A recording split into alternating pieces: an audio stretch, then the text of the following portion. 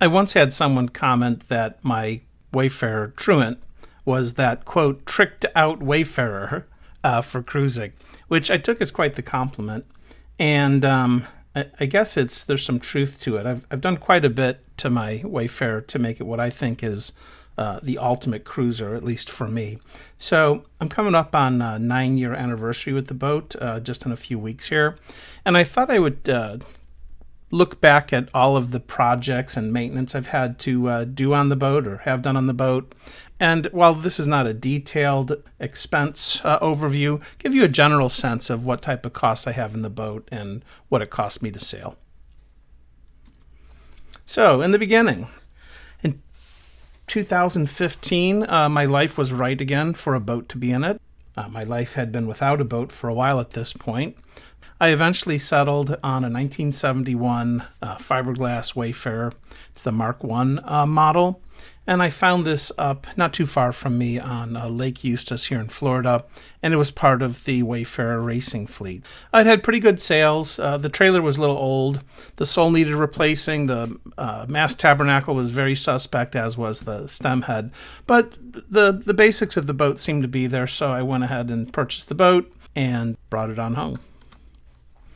So the first projects I did were the things to get it just seaworthy so I could trust it taking it out. I had to replace that forestay stem head fitting. I made a new tabernacle from some white oak that I've been carrying around for decades at this point. It's wonderful stuff. I replaced the floorboards with some 3/8 inch marine ply. They were all but gone. I got a bilge pump for the boat, which I thought was a prudent thing to do for any boat. But at that point, the boat was at least sailable. So I sailed it. Now, as I did, I identified things that I'd like to do to make the boat better, easier sailing, better sailing. So I had a couple of wooden cleats I had made years before, also from that lovely white oak. So I went ahead and put those, one on the bow and one on the bulkhead, the aft bulkhead. And those were sufficient for tying the boat up when I came up to docks, etc., and also to hold the anchor. I made a roller furler for the jib. I did this from an article online called the $40 Furler. I think it's from Joel's blog. I highly recommend looking that up. It's a great article, really good how-to, including sourcing. I also ended up moving the jib leads inboard, and I ended up making new covers for the rear lazarette hatch and the forward bulkhead. So, of course, I sailed it the whole time. This is over a couple of years we're talking about here, a lot of these improvements. And, of course, I got the boat because I not only wanted to day sail, but I wanted to dinghy cruise in the boat. I did make oars for the boat, and they came out very well. They're custom made to fit just between the forward and aft bulkhead in the boat, so they're as long as they can be without being take apart. If you use the oar formula, they should probably be another 8 or 10 inches longer, but these are more than adequate for the little bit of rowing that I do, and they actually work very well. I also put a tiller tamer on the boat. This is one of those Hellman Peters to hold the helm steady when you have to go away and do something. Of course, I bought some anchors and tackle. I bought two I bought two Bruce type anchors, little, I think they're 5 kilograms. 10 or 11 pounds, and put some chain on those and some rods. So I have plenty of anchors. I even picked up a third anchor a few years later, which I sometimes bring with. I also made a bed platform system out of 1x4s that store real nicely in the boat. Again, you can see this in some of my videos, but you can see a picture of it here in the lower right-hand corner. The boards are being used more for a kitchen table for me to cook on and eat on, which is such a luxury in the boat. My table is huge. It's nearly 6 feet long and 3 feet wide, which is a ton of space to cook on and eat on, etc.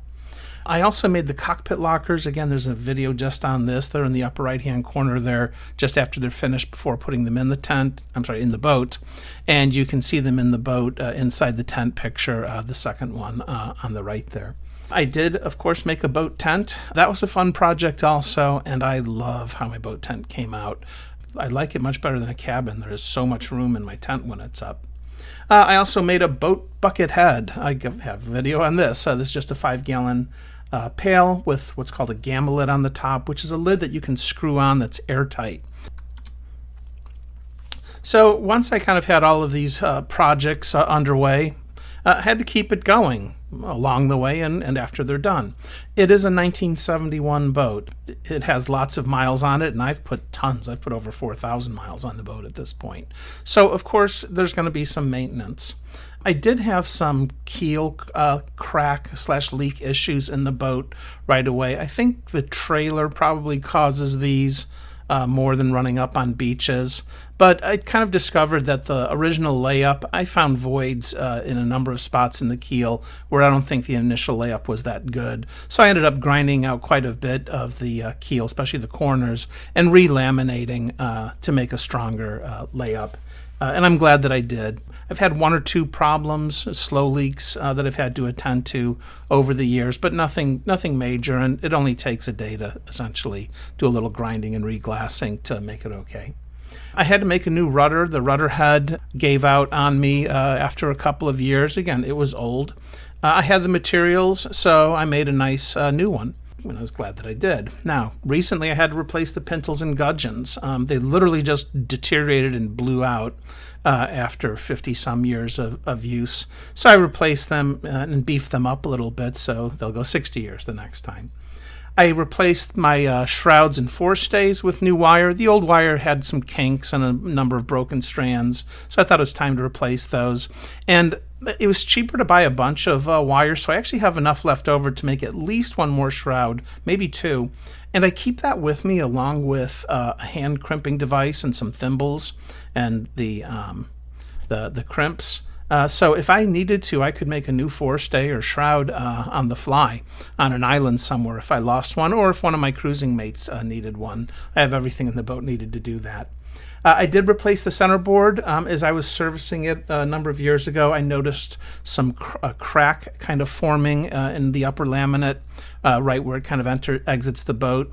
And this is a known issue. I know of several boats whose centerboards have suddenly snapped in half, at least two of them, right at that joint. And it's because of the plywood. Half the layers are going in the wrong direction, really, to resist the shear forces and bending forces on the centerboard. So after 50 years, a lot of them are starting to break. So I didn't want that to break in the middle of the use for me, so I decided to just buy a nice laminated wood one. It was a good amount of money. I would have actually made my own. I could have done that, but I had some trips coming up and I didn't have the time, so I went ahead and bought it. I did replace the jib and the mainsail as, again, over time they wore out. Now, if you have a trailer sailor, you have a trailer.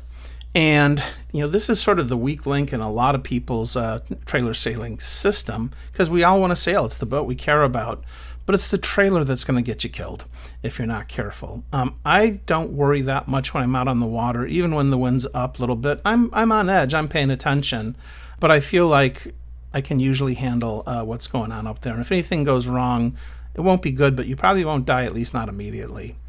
If something goes wrong on your trailer at 60 miles an hour on the highway, it loses an axle, a spring, things can go south really fast, and you can end up not only losing your boat, but worst case scenario, your trailer and boat may go careening across the highway head on into another motorist and severely damage their vehicle and hurt or even kill them. So I worry the most when I'm driving, and I think about that trailer a lot, and I try to stay ahead of the potential disasters. But the trailers are old also, and I've broken down twice now on the side of the road. Now, each time I was able to fix the trailer because I keep spare hubs and spare wheels and things with me, and if you're prepared, even what looks like a fairly important or difficult breakdown, you can be underway in 20 minutes. But I have put time and effort and attention into my trailer and try to keep an eye on it. I've replaced tires and wheels on it. I've replaced springs that have broken. You can see in the picture in the upper right, on two trailers now I have done this where I've reinforced that corner that in front of the wheels as the trailer bends and goes up to the tongue. I think I've had cracks develop here, and I think it's primarily because I don't submerge my trailer as a rule. I like to crank my boat up with the hubs dry.